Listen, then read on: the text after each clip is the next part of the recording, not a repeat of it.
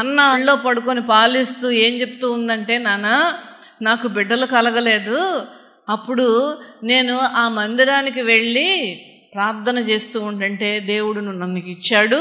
ప్రార్థన చేస్తుంటే నేను ఒక మాట అన్నాను నాన్న, అదేంటంటే నాకు కనుక కుమారుణ్ణి ఇస్తే నీకు తిరిగి ఇస్తాను ప్రభువా అని ఆ దేవాది దేవునికి నేను మొక్కుకున్నాను నాయన. కనుక నీవు ఆ మందిరానికి సంబంధించిన వాడు నాన్న, నువ్వు అక్కడే ఉండాలి. అక్కడ అమ్మ నాన్నలు ఉండరు. నీకు ఎప్పుడు కావాలంటే అప్పుడు మేము కనపడాలంటే అప్పుడప్పుడు కనపడతాం. కానీ నువ్వు పెరగవలసినది ఆ మందిరములోనే,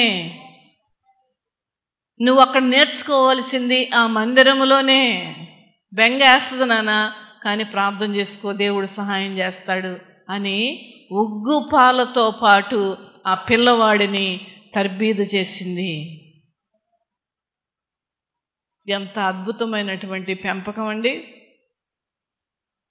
ఎంత ఇదిగా పెంచిందంటే 5-6 సంవత్సరాల సమయంలోనే ఆ యొక్క బాలుడిని మందిరములో విడిచిపెట్టే సమయము 5 సంవత్సరాలు లేక 6 సంవత్సరాల మధ్యలో ఉన్నటువంటి వయస్సు. చూడండి దేవుని బిడ్డలారా, ఎంత అద్భుతముగా ఒక్కసారి ఫిక్స్ చేసింది ఆ యొక్క కుమారుడి యొక్క మైండ్లో. నేనేంటి, నేను ఎందుకు పుట్టాను, నేను దేనికి సంబంధించిన వాడను, దేని కొరకు నన్ను దేవుడు పుట్టించుకున్నాడు అనేటువంటిది కంప్లీట్గా తర్బీదు చేసింది. 5-6 సంవత్సరాల పిల్లవాడు నీ దాసుడు ఆలకిస్తున్నాడు, ఆజ్ఞ ఇమ్మని అనగలిగేటువంటి స్థితిలోనికి వెళ్ళాడు. చప్పట్లు కొట్టి దేవుని నామమును మహిమపరుద్దాం. హల్లెలూయా, హల్లెలూయా. ఎంత స్థితిలోనికి వెళ్ళాడండి!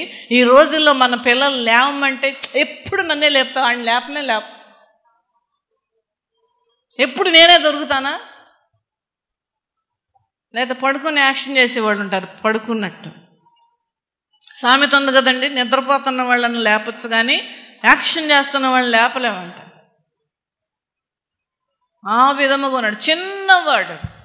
ఏలి దగ్గరికి వెళ్ళి, నువ్వు నన్ను పిలిచావా, నన్ను పిలిచావా, నన్ను పిలిచావా అని 3 సార్లు అడిగాడు. అంత చిన్న వయస్సులో ఈ దాసుడు ఆలకిస్తున్నాడు.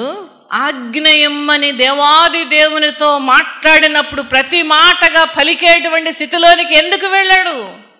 అన్న పెంపకం, పాలతో పాటు ఆడుకుంటున్నప్పుడు, స్నానం చేస్తూ ఉన్నప్పుడు ప్రభు చెప్పినటువంటి ఆ మాటలే ఆ యొక్క పిల్లవాడికి చెప్తూ పెంచినది కనుక తన యొక్క పుట్టుకేంటి, దాని ఆవశ్యకత ఏంటి, దాని పర్పస్ ఏంటి అని ఆ పిల్లవాడు తెలుసుకున్నాడు.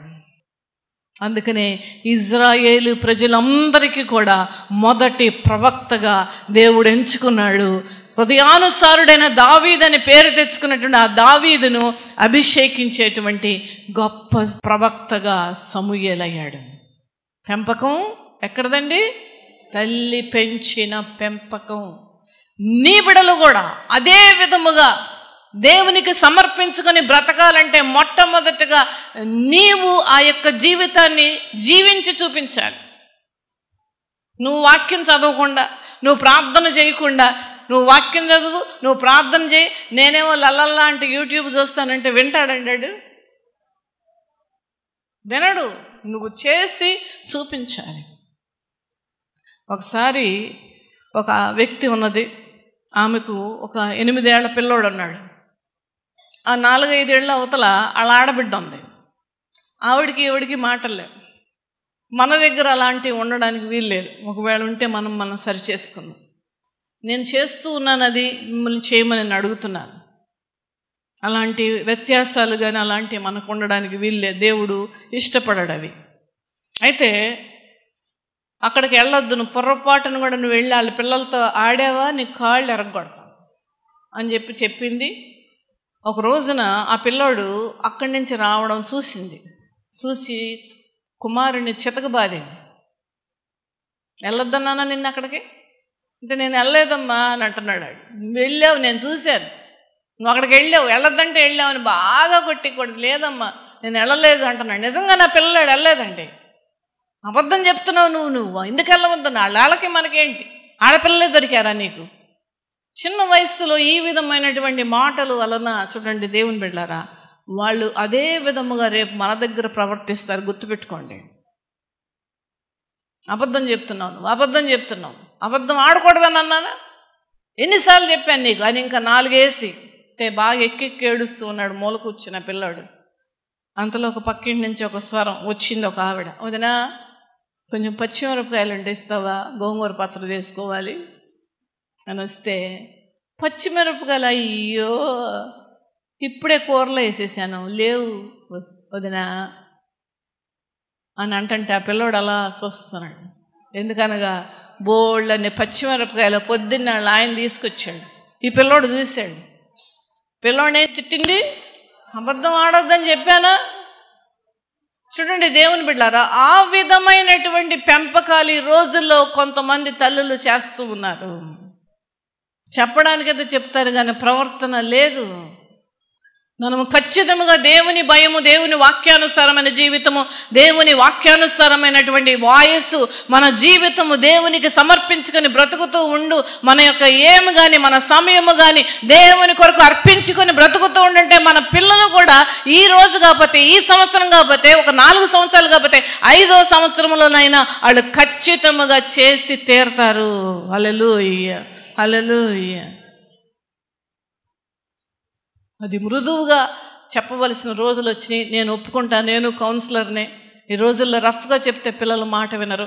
మృదువుగా చెప్పాలి. అంతకంటే ముందుగా నీవు ప్రార్థన, నీ కుమారుడు నిమిత్తము, నీ కుమార్తె నిమిత్తము ప్రార్థన జీవితం కలిగి ఉండాలి. ఆ ప్రార్థన కంచెగా నీ బిడలకి అదే నీకు ఉండాలి. అప్పుడు దేవుడు బిడలను అభిషేకించి ఈ యొక్క భయంకరమైనటువంటి కూలిపోతున్న సమాజాలు కూలిపోతున్నాయి. రోజులు చాలా భయంకరంగా ఉన్నవి. ఇటువంటి భయంకరమైనటువంటి సమాజములో, జీవితములో మనం ఉంటూ ఉన్నాము గనక నీ ప్రార్థనే నీ బిడలకు కంచెగా ఉంటుంది. అన్నావలే మనము కుమారులను పెంచేటువంటి వారముగా ఉండాలి. 1వ సమూయేలు 25వ అధ్యాయము ఒక అద్భుతమైన స్త్రీని నేను మీ ముందుంచాలని ఆశపడుతూ ఉన్నాను. 25వ అధ్యాయం మొదటి నుంచి చదువుకుందామండి. సమూయేలు మృతి నందగా ఇశ్రాయేలీలందరూ కూడుకొని అతడు చనిపోయినని ప్రలాపించుచు రామాలోనున్న అతని ఇంటి నివేశంలో అతని సమాధి చేసిన తరువాత దావీదు లేచి పారాను అరణ్యంనకు వెళ్ళెను. కర్మేలులోని మాయో నందు ఆసక్తి గలవాడొకడు కాపురం ఉండెను. అతడు బహుభాగ్యవంతుడు. అతనికి 3000 గొర్రెలను 1000 మేకలను ఉండెను. అతడు కర్మేలులో తన గొర్రెల బొచ్చు కత్తిరించుటకే పోయి ఉండెను. అతని పేరు నాబాలు, అతని భార్య పేరు అబీగయేలు. అతని భార్య పేరు నాబాలు.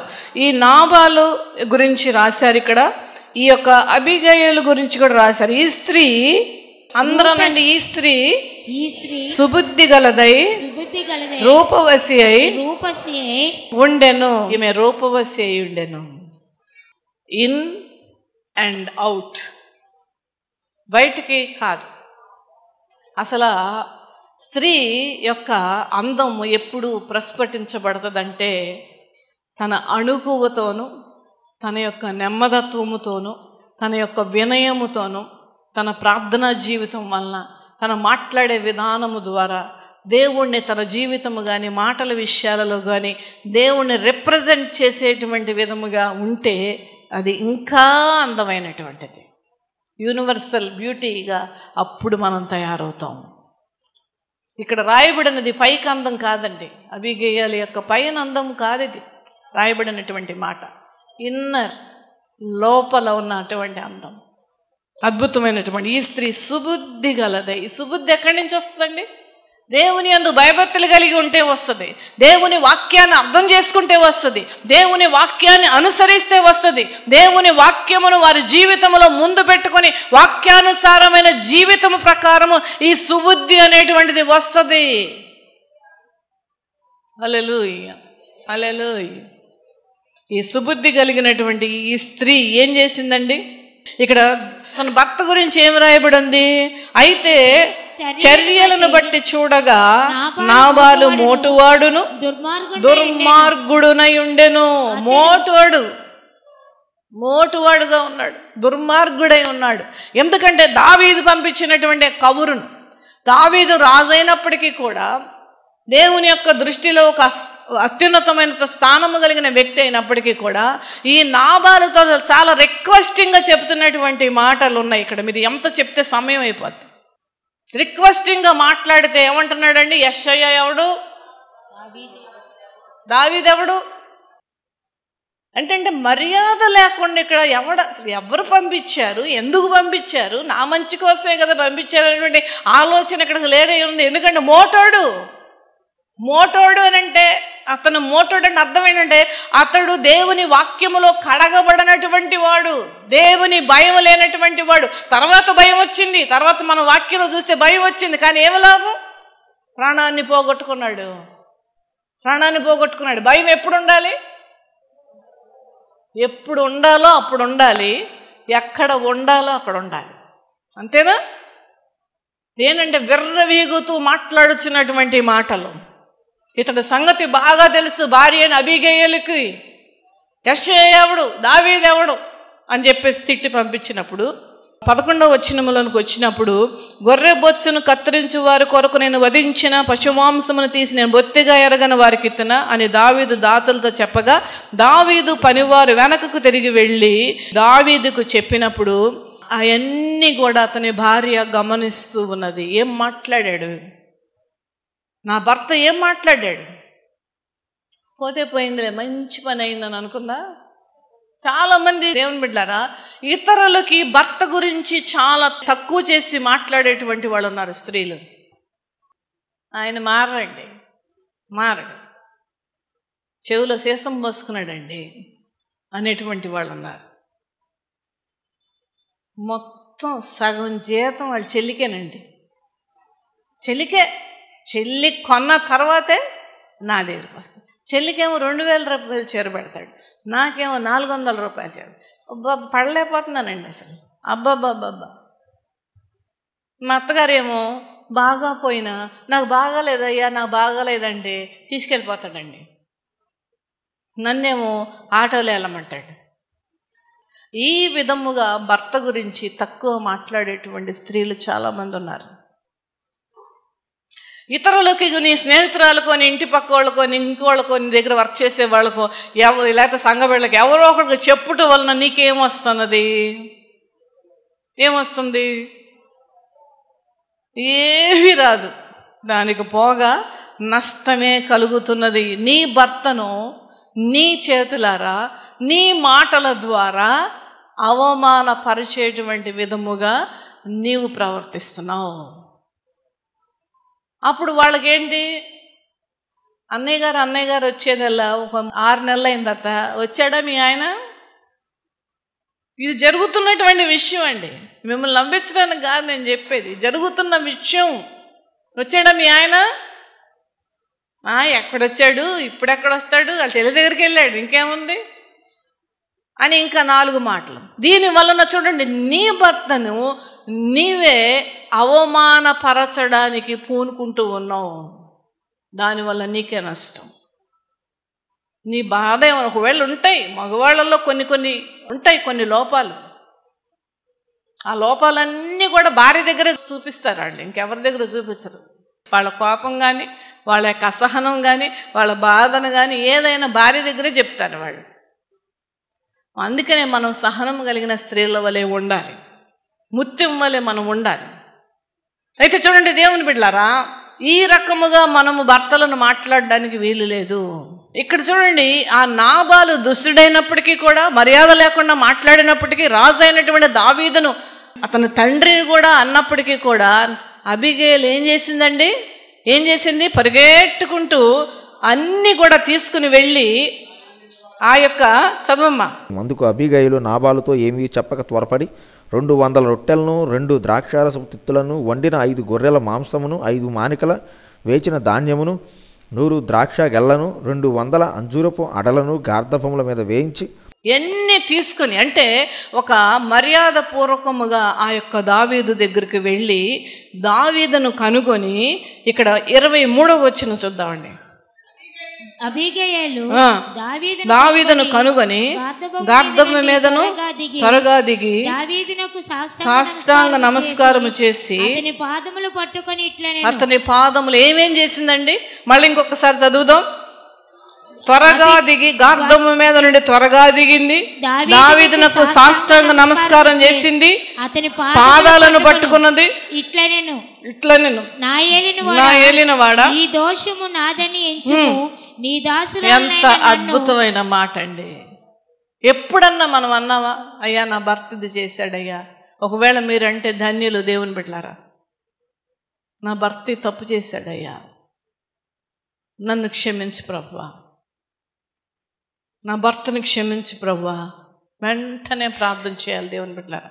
ఈ యొక్క దోషము నాదని ఎంచుము, నీ దాసురాలైన నన్ను మాటలాడనేమో, నీ దాసురాలైన నేను చెప్పు మాటలను ఆలకించుము. నా ఏలినవాడా దుష్టుడైన ఈ నాబాలును లక్ష్య పెట్టద్దు. అతడేదో తెలియకుండా మాట్లాడేశాడు, లేవు, లక్ష్య పెట్టద్దు. అతని పేరు అతని గుణములను సూచించుచున్నది. అతని పేరు నాబాలు, మోటితనము అతని గుణము. నా ఏలిన వాడు పంపించిన పనివారు నాకు కనబడలేదు. నా ఏలినవాడా యెహోవా జీవము తోడు నీ జీవము తోడు ప్రాణహాని చేయకుండా యెహోవా నిన్ను ఆపి ఉన్నాడు. నీ చేయి నా భర్తను చంపేయడానికి ఒకవేళ దావీదు వస్తాడేమో అని ముందుగానే ఆ యొక్క అన్ని రకాలైనటువంటి డ్రై ఫ్రూట్స్, మామూలు ఫ్రూట్స్ అన్నీ తీసుకుని పరిగెట్టుకుంటూ వెళ్ళి దావీదును కనుగొని, అంటే అర్థం ఏంటంటే ఎతికింది అప్పటి వరకు, వెతికి వెతికి వెతికి దావీదును కనుగొని వెంటనే ఆ యొక్క గాడిద మీద నుంచి దిగి అద్భుతముగా అతని యొక్క తప్పును, నా తప్పునెంచయా, నా ఏలినవాడని అబీగయలు దావీదుతో ఎన్నిసార్లు అందండి? 14 సార్లు అందండి. నా ఏలినవాడ అనేటువంటి మాటను దావీదుతో అబీగయలు 14 సార్లు అందండి. 14 సార్లు. ఎవరైనా ఇంత వినయముగా మాట్లాడుతూ ఉన్నప్పుడు ఎవరైనా చేయకుండా ఉంటారండి? మరి ఈ స్త్రీ నుంచి మనం నేర్చుకోవాలి దేవుని బిడ్డలారా. దావీదు యొక్క కోపము కానీ, లేదంటే దావీదు వెళ్ళి ఆ యొక్క భర్తను సంహరించేటువంటిది ఆపివేయగలిగినది. హల్లెలూయా, హల్లెలూయా. అంతేకాదు తర్వాత చూడండి, నా ఏలినవాడవగు నిన్ను వెంబడించుచు పనివానికి ఇప్పించి నీ దాసురాలైన నా తప్పును క్షమించుము, తప్పును క్షమించుము. అప్పుడు దావీదు ఏమన్నాడంటే, సమాధానముగా నువ్వు ఇంటికి వెళ్ళు. ఎంత అద్భుతమైన మాట అండి. ఇక్కడ దావీదు దేనికి గుర్తుగా ఉన్నాడు? దేవునికి గుర్తుగా ఉన్నాడు. హల్లెలూయా. అబీగయలు సంఘానికి సాదృశ్యముగా ఉన్నది. ఎందుకనగా తర్వాత మీరు చూస్తే, మరి నాబాలు దావీదుకు నేను చెప్పానని చెప్పినప్పుడు భయం వేసి హార్ట్ అటాక్ చచ్చిపోయాడు. ఈ రోజుల్లో మాటలు చెప్పాలి, లేదా కార్డియాక్ అరెస్ట్ అయి చచ్చిపోయాడు. భయపడతాడు. ఆ భయం ముందుండే ఎంత బాగుండేదండి. ఆ చనిపోయిన తర్వాత దావీదు అబీగయలను పిలువనంపి ఆమెను వివాహమాడాడు. హల్లెలూయా, హల్లెలూయా. ఇక్కడ దావీదు దేనికి సాదృశ్యముగా ఉన్నాడంటే దేవాది దేవునికి సాదృశ్యముగా ఉన్నాడు. అబీగయలు సంఘానికి సాదృశ్యముగా ఉన్నది. కనుక దేవుని బిడ్డలారా, స్త్రీకి మరియు సంఘమునకు, స్త్రీ మరియు సువార్తకు, స్త్రీ మరియు జీవితమునకు చాలా చాలా దగ్గర సంబంధం ఉన్నది. స్త్రీలు తలుచుకుంటే ఏదైనా చేయగలరు. స్త్రీలు తలుచుకుంటే ఏదన్నా సాధించగలరు. స్త్రీలు చెప్పుతున్నటువంటి మాటలు ఎక్కువగా ఆలకించేటువంటి మనుష్యులు మనకు కనపడుతూ ఉంటారు. కనుక మనం ఈ ముగ్గురు యొక్క క్యారెక్టర్స్ని మనం ముందు ఉంచి, మన దేవుడు మనకిచ్చినటువంటి ఆ భారముతో మనం గనక ముందుకు వెళితే ఖచ్చితంగా దేవుడు మనం చేస్తున్నటువంటి దానికి ప్రతిఫలం ఇస్తాడు. హల్లెలూయా, హల్లెలూయా. మనలను కూడా దేవుడు దావీదు ఏ విధముగా చేర్చుకున్నాడు అదే విధముగా మనల్ని కూడా చేర్చుకుంటాడు. అయితే ఒక మాట చెప్తూ ఉన్నాను దేవుని బిడ్డలారా, ఈ యొక్క సువార్త ప్రకటనలలో కానీ, దేవుని సేవ విషయంలో కానీ, సంఘాన్ని నడిపిస్తున్నటువంటి విధానంలో కానీ, అనేక కరుడు కట్టినటువంటి మరి కఠినాత్ములైనటువంటి వారి నిమిత్తము కన్నీటి ప్రార్థన విషయములలో కానీ, ఎందుకంటే ఎంత కాలం చెప్పినా వాళ్ళు దేవుని దగ్గరికి రారు. వాళ్ళ మార్పు రాదు. అయినప్పటికీ కూడా మనం పట్టు విధంగా ప్రార్థన చేస్తూ ఉన్నప్పుడు ఖచ్చితంగా దానిలో బాధలు ఉంటాయి, ఇబ్బందులు ఉంటాయి, అవమానాలు ఉంటాయి, అనుకోనేటువంటి వాటికి మన నెత్తి మీద వేసేటువంటి అవకాశాలు ఉంటాయి. మనం చెయ్యరానటువంటి వాటి గురించి నువ్వే చేసావనేటువంటి ఒక అభాండం కూడా మన మీదకు వచ్చేటువంటి అవకాశం కూడా ఉంటుంది. వీటన్నిటినీ మనము తలవొగ్గకుండా దేవాది దేవుడు మనల్ని సృష్టించి మనకు ఒక రూపం ఇచ్చి, మనకు ఒక శరీరాన్ని ఇచ్చి, మనకు ఒక సంఘాన్ని ఇచ్చి, మనకు నోరిచ్చి, మనకు పరిశుద్ధ గ్రంథాన్ని ఇచ్చి మన ఈ లోకములో దేవుడు ఉంచాడనంటే అనేక మందికి మనం సువార్త ప్రకటించేటువంటి వాళ్ళముగా మనం ఉంటూ మనం ఈరోజు చర్చించుకున్నటువంటి ఈ యొక్క క్యారెక్టర్స్ అన్నిటినీ కూడా మనం మరలా చదువుకొని దాని ప్రకారం మనం నడుచుకొని దేవుడి భారాన్ని మనము కూడా కొంత భరిస్తూ మన సువార్తను ప్రకటిద్దాం. హల్లెలూయా. ఈ విధముగా గనక మనం చేస్తే గనక స్త్రీలలో నా ప్రియురాలు కనపడుతున్నదని ప్రభు స్టేట్మెంట్ ఇస్తాడు. దేవుని ప్రియురాలనే పేరు మనం తెచ్చుకుంటే అది ఎంత గొప్ప భాగ్యం అండి దేవుని బిడ్డలారా, ఎంత గొప్ప భాగ్యము. నేను షారోను పొలములో పూయి పుష్పం వంటి దానను, లోయలో పుట్టు పద్మము వంటి దానను. లోయ దేనికి గుర్తు? నేను ఇందాక చెప్పాను, మిమ్మల్ని మోటివేట్ చేశాను. ఇబ్బందులు ఉంటాయి, భర్త దగ్గర ఇబ్బందులు వస్తాయి, బిడ్డల దగ్గర ఇబ్బందులు వస్తాయి, ఒకసారి అనారోగ్యం మనల్ని సువార్త ప్రకటించడానికి కానీ మనకి ఆ యొక్క ప్రోద్బలం ఇవ్వడానికి కానీ ఒకసారి అనారోగ్యాలు ఆటంకపడుతూ ఉంటాయి. ఇంకోటి ఎన్నో రకాలైనటువంటి రావచ్చు. అయినప్పటికీ కూడా మనము లోయలో, అంటే లోయ దేనికి సాదృశ్యం అంటే బాధలకు కష్టాలకు మరి సాదృశ్యం. అది అయినప్పటికీ కూడా మనం పద్మం వంటి వారుగా ఉండాలి. హల్లెలూయా. పద్మం దేనిలోంచి వస్తుందండి? బురదలోంచి వస్తుంది. కిందంతా ఏముంటుంది? బురద ఉంటుంది. అయినప్పటికీ పద్మము ఆ బురదను చూసుకోదు. నేను ఎంత అందంగా ఉన్నాను, నేను ఎంత సువాసనను వెదజల్లుతున్నాను అనుకునే అది ఆనందపడుతుందంట. అదే విధముగా మనము కూడా బురద లాంటి ఇబ్బందులు, కష్టాలు, రోగాలు మనం ఉన్నప్పటికీ కూడా పద్మము వలె, చూడండి ఇక్కడ, లోయలో పుట్టు పద్మం వంటి దానను, బలురక్కసి చెట్లలో వల్లి పద్మం. బలురక్కసి చెట్లు దేనికి సాదృశ్యం? మనం ఎదుర్కొన్నటువంటి సమస్యలు, మనం ఎదుర్కొంటున్నటువంటి ఇబ్బందులు, మనం ఎదుర్కొన్నటువంటి అనేకమైనటువంటి అవమానములు ఆ యొక్క బలురక్కసి చెట్లు దగ్గర మనం ఉన్నప్పటికీ, అటువంటి పరిస్థితుల గుండా మనం వెళుతున్నప్పటికీ కూడా ఎలా ఉండాలంటండి? వల్లి పద్మము కనపడునట్లు అలా కనపడాలి. మనం ఎండిపోయిన పువ్వులే మనం ఉండకూడదు. అప్పుడు దేవుడు అంటాడు, స్త్రీలలో నా ప్రియురాలు కనపడుచున్నది. హల్లెలూయా. ఒకవేళ నువ్వు చేసే దేవుని కొరకు నువ్వు చేసే ప్రయత్నములో ఒకవేళ నువ్వు 100% రిజల్ట్ నువ్వు చూడకపోవచ్చు, 100% ఆ యొక్క మరి ప్రతిఫలము నువ్వు చూడకపోవచ్చు, కానీ దేవుని దృష్టిలో నీ జీవితము ద్వారా, దేవుని దృష్టిలో నీ యొక్క చేసినటువంటి సేవ విషయంలో దేవుడు సంతోషపడేటువంటి వాడుముగా ఉంటూ పరలోకములో నీకు ఫలాన్ని దయచేసేటువంటి దేవుడు ఆయన. హల్లెలూయా. అందుకని అతడు అడవి వృక్షములో జలధర వృక్షం ఎట్లున్నదో పురుషుల్లో నా ప్రియుడు ఆనందభరితనై నేను అతని నీడన కూర్చుంటిని. ఎప్పుడో తెలిసేది ఇది? ఎప్పుడో తెలుసా? మనము దేవుని వద్దకు వెళ్ళినప్పుడు ఆనందభరితులే అతని నీడన నేను కూర్చుంటే. ఎంత అద్భుతమైన పొజిషన్ దేవుడు మనకి ఇవ్వబోతూ ఉన్నాడు. చూడండి దేవుని బిడ్డలారా, ఈ లోకములో నీవు ఒకవేళ, మళ్ళా చెప్తున్నాను, 100% నీవు ఆ రిజల్ట్ను చూడలేకపోవచ్చు, కానీ దేవుని వద్దకు వెళ్ళినప్పుడు పర్సనల్గా దేవుడు నిన్ను మీట్ అవ్వబోతూ ఉన్నాడు. అంతేకాదు, ఆనందపడి అతని నీడను కూర్చుంటేని అతని ఫలము నా జిహ్వకు అతి మధురం. అతని ఫలం, దేవుడు మనకు ఫలాలు ఇవ్వబోతూ ఉన్నాడు. ఇక్కడ ఫలాలు మనం చూడకపోయినా, ఇక్కడ మనం ఫలాలను మన జీవితంలో అనుభవించకపోయినా, ఒకవేళ మనం చేసిన దానికి మన రిజల్ట్ ఇక్కడ చూడకపోయినా పరలోకమందు మనం చూడబోతూ ఉన్నాం. హల్లెలూయా, హల్లెలూయా. ఆయన ఫలము అక్కడ అందిస్తాడండి మనకు. ఆయన నీడను కూర్చునేటువంటి గొప్ప భాగ్యం మనకిస్తాడు. విందుశాలకు మనం తీసుకెళ్తాడంటండి. హల్లెలూయా. ఎంత అద్భుతం అండి! విందుశాలకు మన చెయ్యి పట్టుకొని దేవుడు మనల్ని నడిపిస్తాడు. మరి ఇటువంటి పరిస్థితి నా జీవితంలోనికి కూడా రావాలని మీరు కనుక అనుకుంటే, బలిరక్కసి చెట్లలో ఉన్నప్పటికీ కూడా మనం పూద్దాం. పరిమళిద్దాం, సువాసన వలె ఉందాం. అటువంటి జీవితం బట్టి దేవుడు ఎంతగానో సంతోషించేవాడుగా ఉంటాడు. అటువంటి కృప వాక్యమైన మీ అందరికీ కూడా దేవుడు అనుగ్రహించును గాక. God bless you.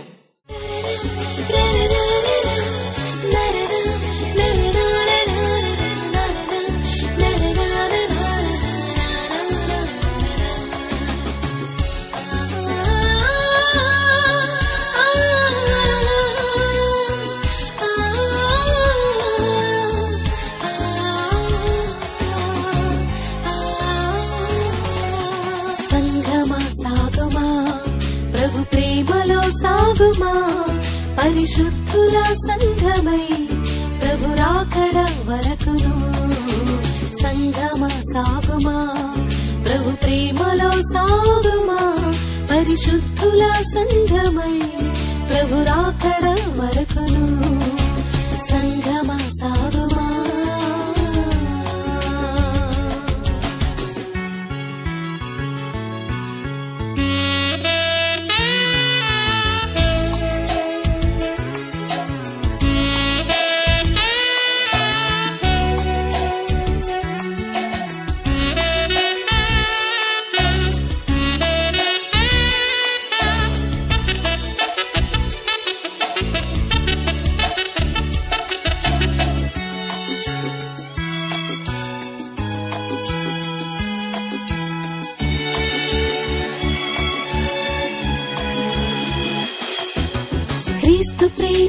మార్చిన సౌలు పౌలుగా మారిని పరిశుద్ధుల సంఘములకై పత్రికలు రాసిని. క్రీస్తు ప్రేమ హతమార్చిన సౌలు పౌలుగా మారిని పరిశుద్ధుల సంఘములకై పత్రికలు రాసిని. ప్రభు యేసుని వార్తను ఊరూరా చాటిని. ప్రభు యేసుని వార్తను ఊరూరా చాటిని. తుది శ్వాస వరకు ప్రభు కొరకే జీవింపసాగిని. తుది శ్వాస వరకు ప్రభు కొరకే జీవింపసాగిని. సంగమా సాగుమా ప్రభు ప్రేమలో సాగుమా పరిశుద్ధుల సంఘమై ప్రభు రాకడ వరకును. సంగమా సాగుమా.